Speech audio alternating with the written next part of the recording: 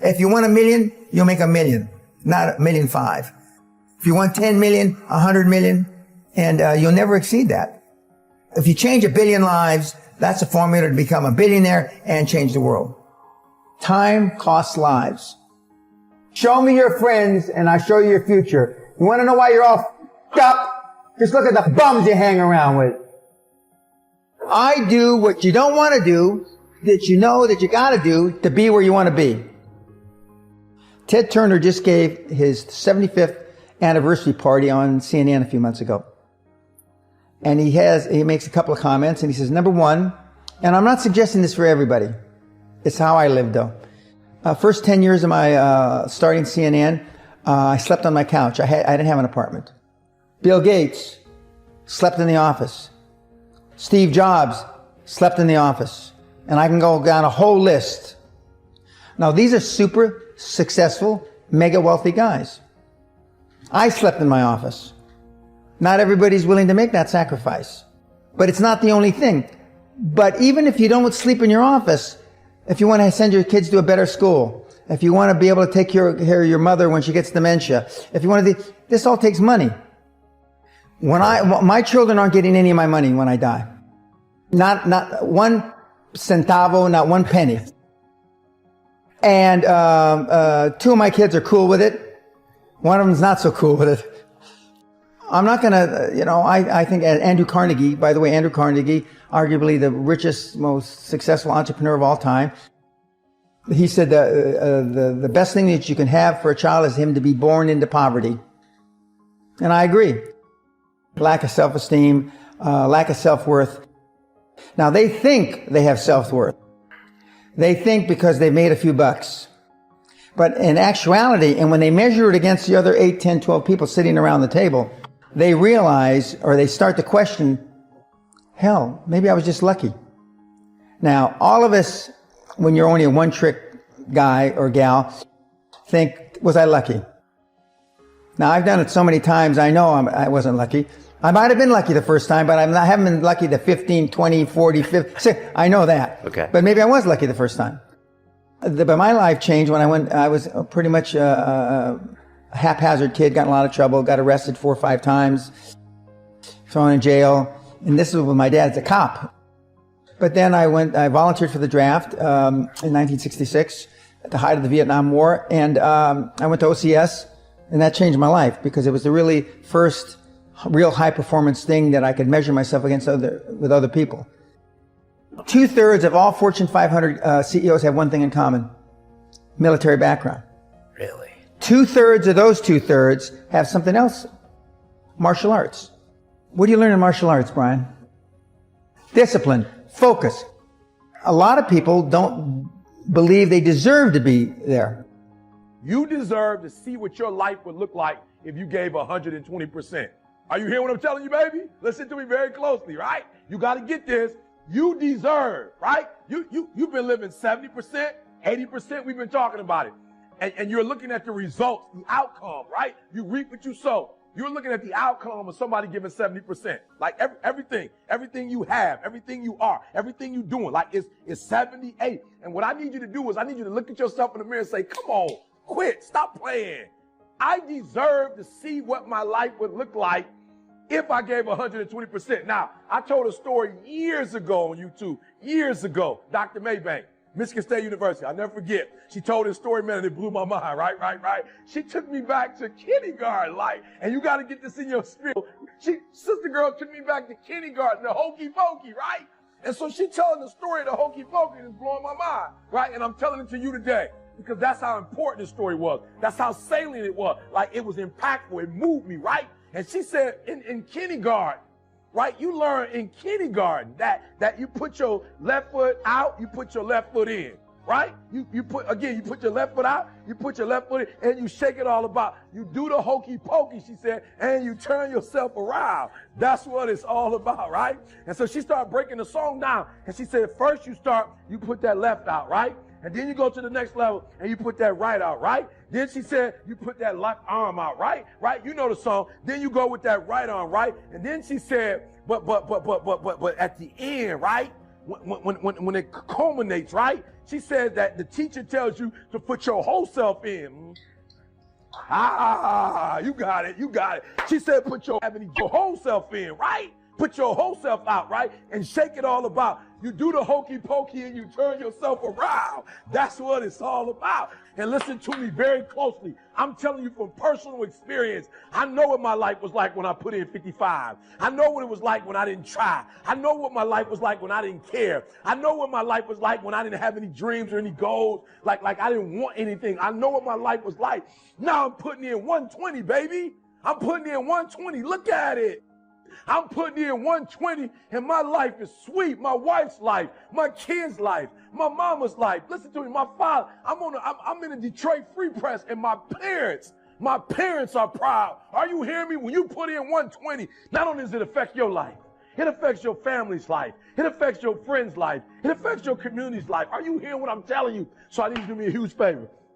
Yep, this one is different. This one is the call of action. All right, I'm gonna put you on a 21-day challenge. I'm challenging you. If you listen to me, if you ain't brave enough to challenge yourself, if you ain't courageous enough to challenge yourself, I'm challenging you. I'm challenging you to get from where you are. I'm challenging you to stop settling. I'm challenging you. I'm challenging you. I'm challenging you to stop accepting the life that was given to you. And I'm challenging you for 21 days. I'm challenging you to give 120%. Are you hearing me? I'm challenging you now. And I want somebody at the end of this 21 day, I need somebody to send me a video. I need somebody to send me a video and just show me, E.T., you were 100% right. Like I put in 120% for 21 days. I did not fatigue. I did not give up. I did not give in, E. I did exactly what you told me to do, E. And look, boom, things changed. Like my marriage changed. My classroom changed. As a basketball player, my team changed. As a coach, the way my team responds, it changed, E.T., 120%. I want you to stop giving 70, stop giving 80, stop giving 90. You want to deserve to see what would happen if you gave 120%. All right. So a couple things I need you to do on this 21-day challenge, right? The first thing I need you to do for me is I need you to have a vision. I need you to have a vision of when you get to that 21 days, what do you want? What do you want to happen after that 21 days? What is dying in your life? Look, right now, what does mediocrity look like in your life? Look, what does defeat look like in your life? What are limitations? What are boundaries look like in your life? In 21 days, this won't look like it. My marriage won't look like this. My grades won't look like this. Are you hearing me? We're going to be better as a team. Our outcomes are going 21 days. I challenge you, 21 days to first cast a vision. What will your life look like after those 21 days? Listen to me. Do me a huge favor. 21 days. Do it right or don't do it. Yep, you heard what I said. For the next 21 days, do it right or don't do it. Stop half doing stuff. Stop putting forth 50% effort, 60%. Look, stop. Do it right or just don't do it at all. Are you hearing me? Do it right. Knowing when an opportunity is right and when more preparation is needed. Be patient in knowing the difference between when the opportunity is right and when more work needs to be done. Remain alert, even if opportunity doesn't come right away. Keep looking. Be patient. Keep preparing for opportunities, even if there's a delay. Even if things aren't going just the way you think they should. Keep your disappointments at bay. Be prepared. Always be prepared. Don't let impatience allow you to give up. Take the little setbacks in stride. Don't let small disappointments discourage you. Don't let the little successes delude you. Avoid the emotional roller coaster that will always disrupt your plan. Life is going smoothly, then the bottom falls out. Everything is coming up roses, then the bottom falls out. That life starts going your way finally, then the bottom falls out. And when we begin to understand and know that, accepting that reality that we will never ever have things just on an even keel all the time, that you're going to have some ups and you're going to have some downs. But during those down moments, that's where the growth takes place. That's where the work is. You worked on a job 35 years and now you're laid off. You planned for life to work a certain way and then the bottom falls out. You're looking for this, and God sends that. That even though you love God, does not mean that the bottom will not fall out. You might be going through a season Since darkness is the absence of a thing, you might be going through a season of the absence of a thing that you legitimately need, but it ain't over. You have to be awfully immature to think that every day is going to be a good day. Some days are better than other days. Some days, if it ain't one thing, it's another. One of the things that we know about life is that it is always changing. Sometimes you're up, sometimes you're down. Sometimes things go real well, and sometimes they don't. Sometimes you're happy, and sometimes you're sad. Now that's that thing called life. You may have to function for a while without the absence of the thing you adore, but it's not over. It's just that God has created the treasures of darkness.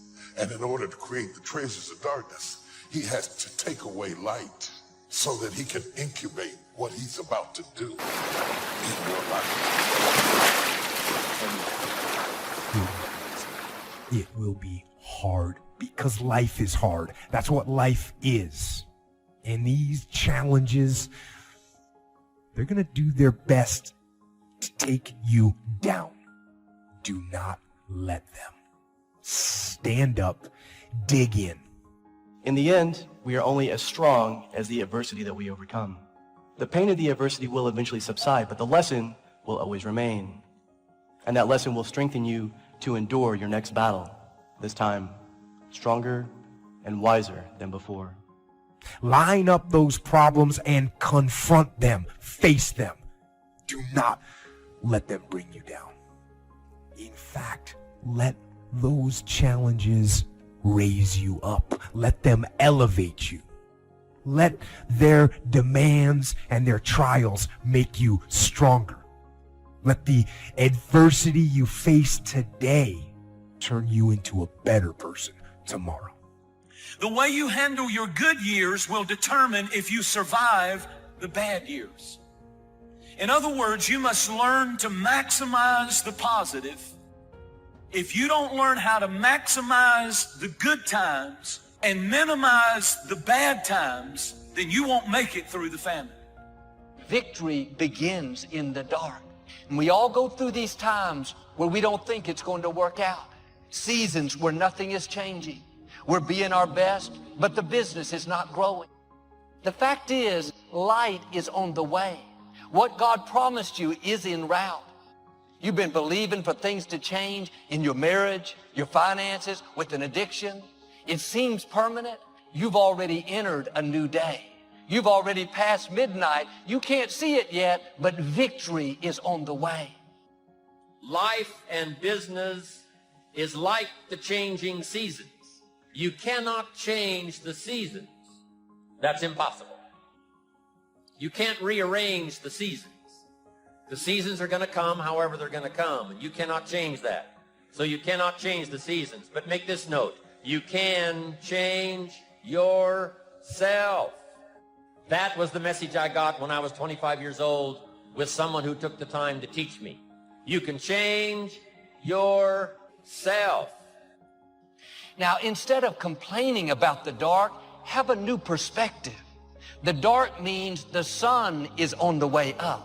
The promise is about to come forth. Who can stop the sun from rising each morning? Who can keep light from breaking forth over the horizon? All the forces of darkness cannot stop what God has ordained for you. They cannot keep what He promised from coming to pass. In the face of that darkness, when you don't see any light, get in agreement with God. See, anybody can feel good when they have their health, their bills are paid. Anybody could be positive then. Anybody can have a larger vision then. Anybody can have faith under those kinds of circumstances. The real challenge of growth, mentally, emotionally, and spiritually, comes when you get knocked down. Somebody said that adversity introduces a man to himself or a woman. Adversity is a gift. Embrace it.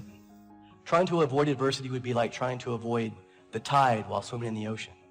But like the ocean, if you can learn to embrace the tide of adversity, you will eventually learn to let it lift you up, and you can ride the wave to shore unscathed. And in that moment, take a look around. Because the view that you have after you've overcome your adversity is absolutely breathtaking.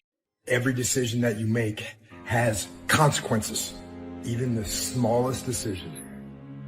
Consequences are more important than decisions. Don't ever make a decision more important than a consequence, because decisions give birth to consequences. People normally say if you make a decision, you got to live with it. That is not true. You live with the consequences. When you are exposed to things, it gives you options. Options give you choices, and choices require decisions. It is critically important that you make this next step into sound decisions. Are you making yourself better? Or are you making yourself worse? Are you moving forward or are you moving back? Are you making progress or are you stagnating? Every little decision you make counts. Some people are afraid to make decisions. They just contemplate the options for years and miss the opportunity to change their life because they miss the time factor that is involved in making a great decision. So what you must do before you make any decision in life is don't study the decision.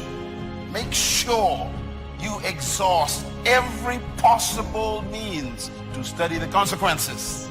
Do your research, get information, check all the alternatives, study the options, check those who already made that decision, and read their life, study their life, find out everything before you make a decision.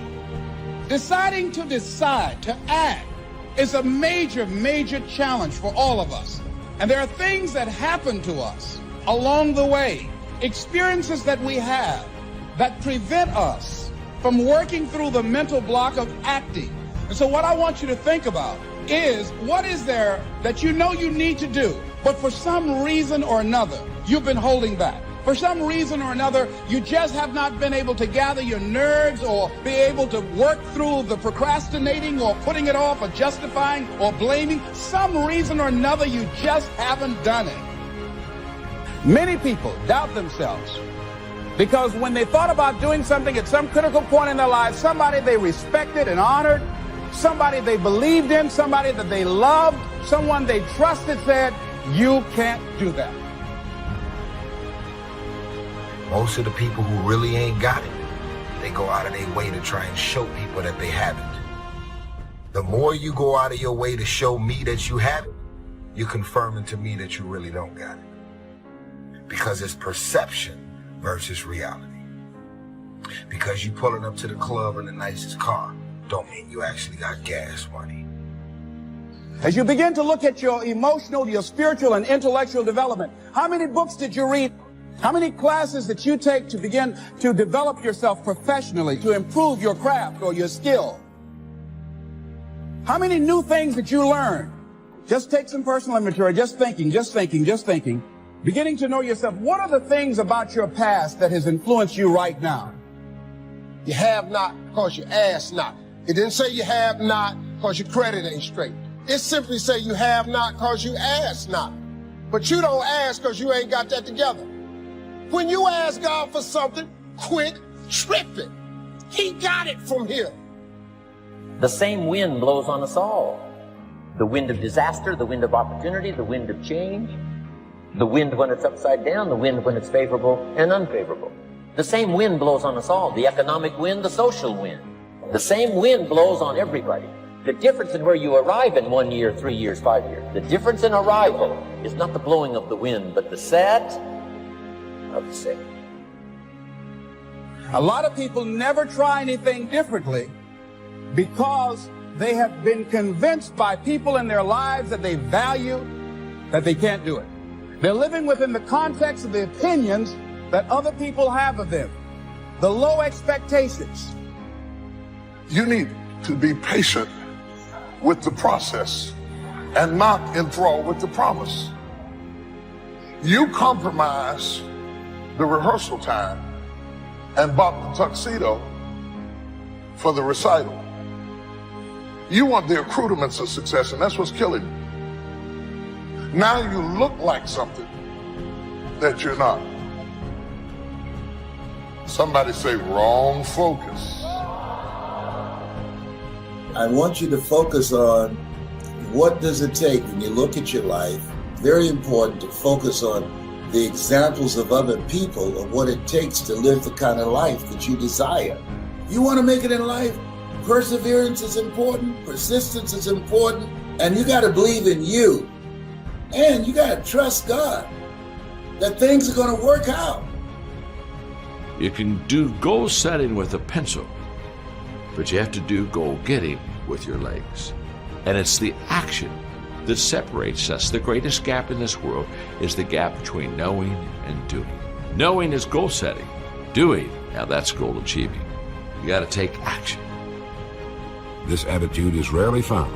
Well, anyway, if you've been troubled by the old familiar human malady of running up too many roads and trying to run up more than one at a time, pick the one out of all of them which seems to offer the most promise, forget all the rest, and dig a deep, straight highway to your goal in life. You'll be amazed at how quickly it can be reached, and the time will pass anyway.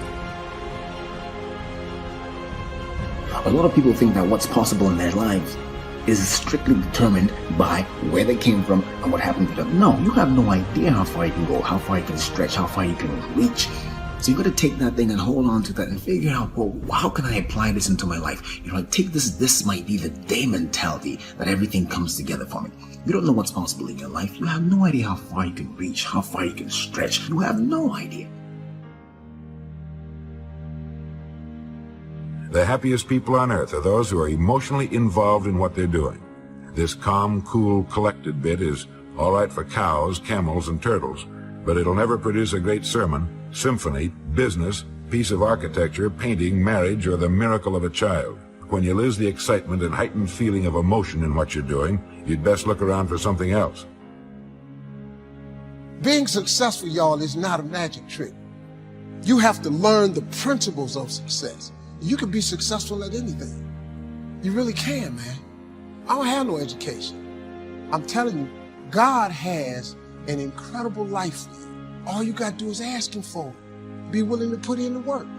But now this work part is hard. Success is hard. But let me ask you a question. Ain't not being successful hard too? You cannot reach your destiny dragging people along, trying to keep everyone happy. Life is like an elevator. The higher you go up, like those spaceships, they let certain stuff off because it's too heavy. Yet some people just too heavy when it comes to drama. When you have goals and dreams and you want to fine tune your life and approach to life, you want to create a drama-free zone. What else is in you? Who are you ignoring? Is there a version of you you're ignoring? So think about that stuff and really begin to ask yourself, am I satisfied where I am? And start listening to that voice inside of you saying, hey, listen, it's whispering right now, but it's calling you. It's saying there's something more. There's something else. There's something else you can get. Deciding to keep your word. If you just decide, I'm going to keep my word. If I say something, I'm going to do it regardless. Being more considerate, more disciplined, being more adventurous. Find something that you can look at your life that you say, hey, I know I've got a problem in this area, being late. I need to take care of that. Procrastinating, I need to deal with that. For things to change, you have to change. I was hoping the government would change and taxes would change. I wished for everything to change. My teacher said, no, Miss Long, for things to change for you, you have to change. Don't wish it was easier, wish you were better. Don't wish it was easier, wish you were better. And here's the big one. Don't wish for less problems, wish for more skills. You simply need more skills. Stop telling the old story. Here's the truth. Nobody cares. No one cares if you've had a setback. No one cares if you had a victory. And none of those failures, none of those setbacks, none of those victories, and that old character you keep playing is the very thing that will prevent you from becoming this new version of you. Not taking care of business, being seriously not serious.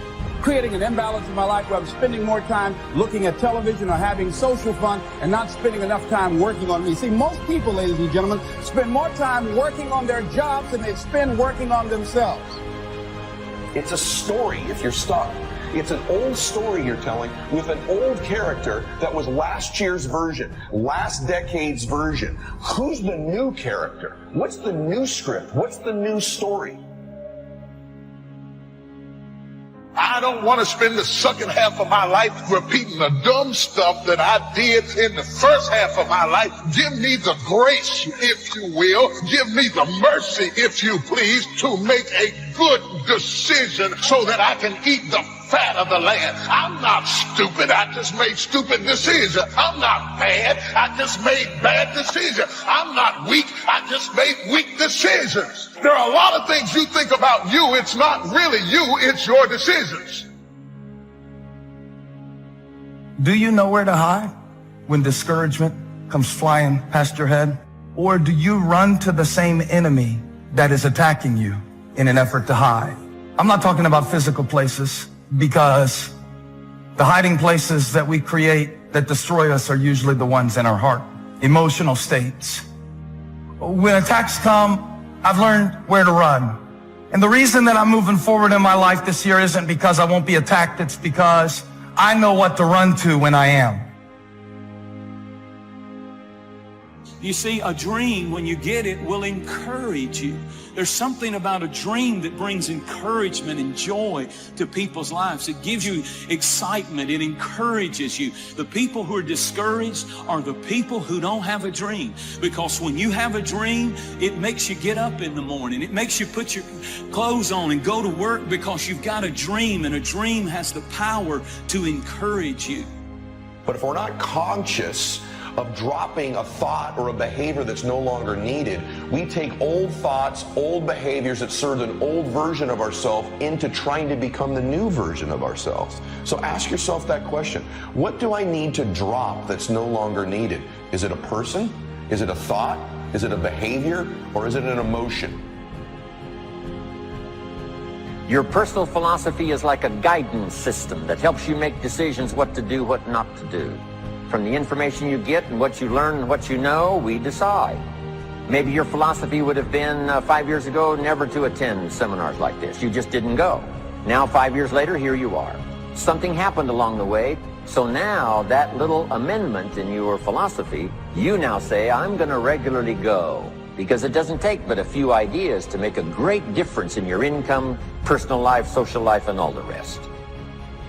A change of mind, a change of idea. The more we learn, the more we know, the better we're able to make better decisions. So what is the worst thing that can happen? I want you to visualize that, experience that, feel the nervousness and the discomfort. And the more you run it in your mind, the less power that it will have. Your philosophical guidance system does two things. Number one, helps you to see the dangers on one side, so you can avoid those. But here's what else your guidance system does. Helps you to see the opportunities on the other side, so that you can expand those, maximize those. And here's what that's called. The game of life is to minimize the dangers and maximize the opportunities. And the more we know and the more we learn, the more experience we gather, helps us to keep continually adjusting our philosophical guidance system so that we minimize more dangers, maximize more opportunities. That's really the game of life. Stop hanging out with people that make you look good by how little they know, and so you can condescend to them, so that you can be a great fish in a small pond. Get around people who make you feel stupid because they stretch you, they make you grow, they make you read, they make you study, they stretch you. They expose you to great information, and then you can make great decisions.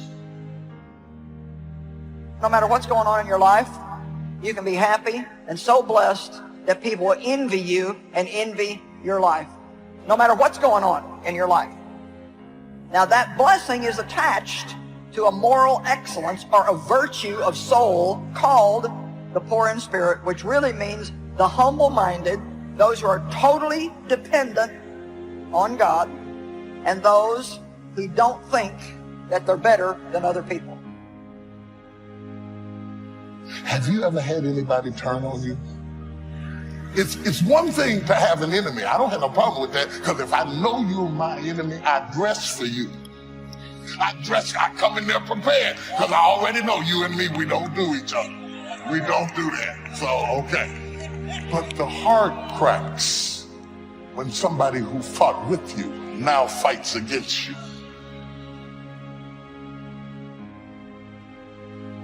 The future is actually the place where there is threat. It's always going to be there. So what do? You make sacrifices in the present so that the future is better. Everyone does that. That's what you're doing right now. That's what you're doing here. It's amazing. You can bargain with reality. You can forestall gratification now. And it'll pay off at a place and time that doesn't even exist yet. Who would have believed that? It's like that's a miracle that occurs. Learn number one from your own experiences. Learn number two from other people's experiences. If you want to live a dynamic life, multiplying your income, multiplying your future, be a good student. If a good idea comes your way, write it down, then ponder it, then perhaps go do it. Your philosophy comes from what you learn, comes from what you know, comes from other people's experiences. Humans have an unreal capacity to get great at things, even if they don't have a natural talent for it, if they're immersed in it, and to learn something and acquire a ton of knowledge in a short period of time as well. Society is conspiring all the time in our culture to completely distract you so you never win. And they get these different things on television and our phones and in our lives to just get us distracted so we never get obsessed. We never get laser focused for an extended period of time. People without vision perish, and they die in a life of mediocrity. They die with their dreams still in them. They die living a misplaced life, making the cemetery rich and Miles Monroe angry. So for me, my brain's saying, that's it, right there. Move as fast as a rocket, Mel. I wanted to change my life. And I think most people that are miserable or that are really like dying to be great, we want to change. We want to live a better life. We want to create more for our families. We want to be happier. The desire is there. It's about how do you go from knowledge to action. If you do something often enough, a ratio will appear. Key phrase, if you do something often enough, a ratio will appear. It's amazing. In baseball, we call it batting. If you talk to 10 people, one says yes. Now the ratio has begun. 1 out of 10. Here's something interesting about the law of averages. Once it starts, it tends to continue. I talk a lot about your instincts and inner wisdom. When you set goals, when you have an intention on something that you want to change about your life, your brain helps you. What it does is it opens up a checklist, and then your brain goes to work trying to remind you of that intention that you set. And it's really important to develop the skill of knowing how to hear that inner wisdom and that intention kicking in and leaning into it quickly. If you're in a negative vibration, the only thing you can attract to you is something negative. How do you change? Well, one good way is consciously pick the people you associate with. Pick with people who are winning. Go mix with them. Do what they do.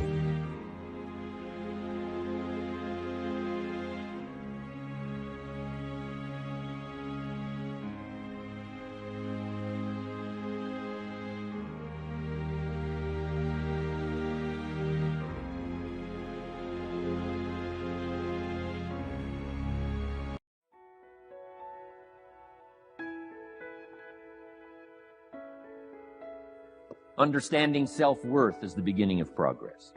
Self-worth should be easy. If one of us can do it, all of us can do it. If anybody can think it, we all can think it. I can read, you can read. I can understand, you can understand. From where I came from, the few simple things I did and tried revolutionized my life in 5 years. There isn't anybody here that can't do it. Change from pennies to fortune. Change from nothing to something. Change from broke to rich. Anybody in this room can do it. If any of us can do it, we all can do it. That's the kind of value you should place on yourself. If Jim Rohn can understand it, I can understand it. If he can read, I can read. If he can find it, I can find it. If he can change, I can change. If he can get it done, I can get it done. That's the attitude about yourself. so valuable. Okay? Now, in transforming our lives, we don't start with attitude. We don't start with the inspiration here. We start with education. Somebody says, well, I expected you just come get motivated today. Well, that probably won't do it. Somebody says, by now we should be standing on the chairs, waving a flag, singing the old gray mare. Get going here. No, that's not where you start. Life change does not start with inspiration. Life change starts with education. You've got to be educated to the point of where you might have messed up. My teacher put it in blunt, simple language. He only went to the 9th grade in school, so he put it in simple language I could understand. He said, Mr. Rohn, after 6 years living in America, healthy American male, 25 years old, been working 6 years, 1 year of college, pennies in your pocket, nothing in the bank, behind on your promises. Shoaff said, I just got one simple explanation for that. You've messed up. Now, I could understand that kind of language. Substitute a Hershey bar for an apple means you've messed up. Should walk around the block, could walk around the block, won't walk around the block. You have messed up. And all you got to go is write down through the list. Don't need some teacher to come by and tell you. Be your own best teacher, saying, hey, let me make a list of some places I've messed up. Because if I let this down, that probably affects the rest. And the answer is, that's true. So we don't start with inspiration, we start with education. Somebody says, well, just motivate this guy, he'll be all right. Just motivate him, get him turned on. Probably not. If the guy's an idiot, you motivate him, now you got a motivated idiot. No, he won't be all right. So we start with education. What's the first education? If it isn't going well and you live in America, you have messed up. You don't need to change countries. You say, well, the country's messed up. That's like cursing the soil and cursing the seed and the sunshine and the rain, which is all you got. Don't curse all you got. When you get your own planet, you can rearrange this whole deal. But this one, you got to take like it comes. So number 2 is attitude. Here was number 3, activity. This is the work part, the labor part, taking action. The activity is the miracle working piece. A miracle being something we don't quite understand how it works. Doesn't mean it doesn't work. It means we just don't quite understand how it works. Miracles work. Now, if you don't know this quote, live by it. One can have no smaller or greater mastery than mastery over oneself. That's Da Vinci. Da Vinci did amazing things with his life. I wanted to do equally amazing things with mine. And if that's the game that we're playing, if I can construct my belief system, if I can choose at any moment to believe something that's more empowering than I was believing the moment before, and that will actually find its way into my actions, allow me to do things that I couldn't do the moment before, then it's like that moment in The Matrix where Neo realizes he knows Kung Fu. And that's like, as funny as that is, that's how I think about life. To me, the very fundamental purpose of life is to find out how many skills I can acquire that have utility, and then put that utility to the test in service of something greater than myself. How many skills can I acquire that have utility, put that utility to the test in service of something greater than myself? That is for me the purpose of life. Now, I don't actually want to know Kung Fu. That is not the mission that I'm here to live. But I knew that I had to identify my mission. So what was going to be my mission? Mother Teresa has an amazing quote. Nobody will act for the many, but people will act for the one. And that really struck me, because I realized they were right. I was looking at this global pandemic of ill health, and I wasn't moving into action, but thinking about my mom and my sister, or the uncle I had who ate himself to death when I was 12 years old. That made me want to act. Can you describe what you mean by going into the darkness? I can. All right. So going into the darkness, I think everybody is motivated by 2 different things. One, you have the beautiful things in your life, the things that are going well, the things that you're grateful for, the things you're moving towards instead of away. You have a compelling vision of your future. It's something that you're very excited about. All of those things are the beautiful things. Now, the flip side of that equation are the things that, it's people that doubt you, it's haters, it's things you're moving away from, it's fear-based things, it's something that you absolutely refuse to let happen. So one that is incredibly potent to me are the people that want to see me fail. So it's very different than people who just think you're going to fail. I actually don't have a lot of aggression towards people like that, but people that want me to fail, those people I have a lot of aggression for. And I find in very acute moments, the darkness serves you better. In very acute moments. Now, the light, the things you're moving towards, the things that are beautiful, the things that you're grateful for, all of that is the only winning strategy long term, because the darkness becomes corrosive. You start to become bitter. You start to be angry. You stop being optimistic. You stop seeing things in a way that's empowering and positive. And I mean, just thinking about the deep limbic system, when it gets inflamed, you perceive things as negative. I think negativity stops people from making progress. There's a whole host of neurological reasons and sort of mindset reasons why I think that being negative over the long run becomes very, very detrimental and holds you back. But from an acute standpoint, they've done studies on this. If you want someone to be able to endure more pain, the surest way to get people to endure more pain is to let them get angry, let them be aggressive. And in doing that, people are able to withstand in the clinical trials. I'll say there's probably more than this, but in clinical trials, they're able to withstand 30% more pain. So just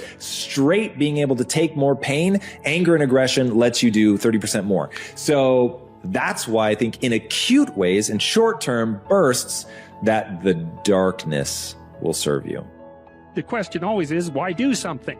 Because doing nothing is easy. You just sit there and you don't do anything. That's real easy. The question is, why would you ever do anything?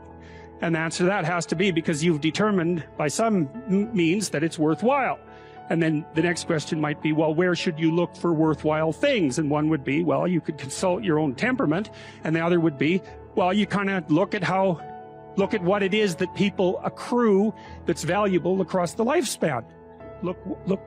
So you do a structural analysis of the subcomponents of human existence, and I already did that. You need a family, you need friends. Like, you don't need to have all these things, but you better have most of them. Family, friends, career, educational goals, plans for, time outside of work, attention to your mental and physical health, etc. That's what life is about. And if you don't have any of those things, well, then all you've got left is misery and suffering. So that's a bad deal for you. So once you set up that goal structure, let's say, and that's really in many ways that's what you should be doing at university. That's exactly what you should be doing, is trying to figure out who it is that you're trying to be, right? And you aim at that, and then you use everything you learn as a means of building that person that you want to be. And I really mean want to be. I don't mean should be. Even those things are going to overlap. And it's important to distinguish between those, because that's partly, and this is back down to the micro routine analysis. So if I was saying, well, you're going to try to make yourself more industrious. Okay, number one, specify your damn goals, because how are you going to hit something if you don't know what it is? That isn't going to happen. And often people won't specify their goals too, because they don't like to specify conditions for failure. So if you keep yourself all vague and foggy, which is real easy, because that's just a matter of not doing as well, then you don't know when you fail. And people might say, well, I really don't want to know when I fail because that's painful. So I'll keep myself blind about when I fail. That's fine, except you'll fail all the time then. You just won't know it until you've failed so badly that you're done. And that can easily happen by the time you're 40. So I would recommend that you don't let that happen. So that's willful blindness, right? You could have known, but you chose not to. Okay, so once you get your goal structure set up, you think, okay, if I could have this life, looks like that might be worth living, despite the fact that it's going to be, anxiety provoking and threatening, and there's going to be some suffering and loss involved and all of that. Obviously, the goal is to have a vision for your life such that, all things considered, that justifies your effort. Adopt the mode of authentic being, and that is something like refusing to participate in the lie, in deception in the lie, to orient your speech as much as you can towards the truth, and to take responsibility for your own life and perhaps also for the lives of other people. And there's something about that that's meaningful and responsible and noble, but also serves to mitigate the very suffering that produces, say, the nihilism or the flee into the arms of or the escape into the arms of totalitarians to begin with. You need something to shelter you against your own vulnerability.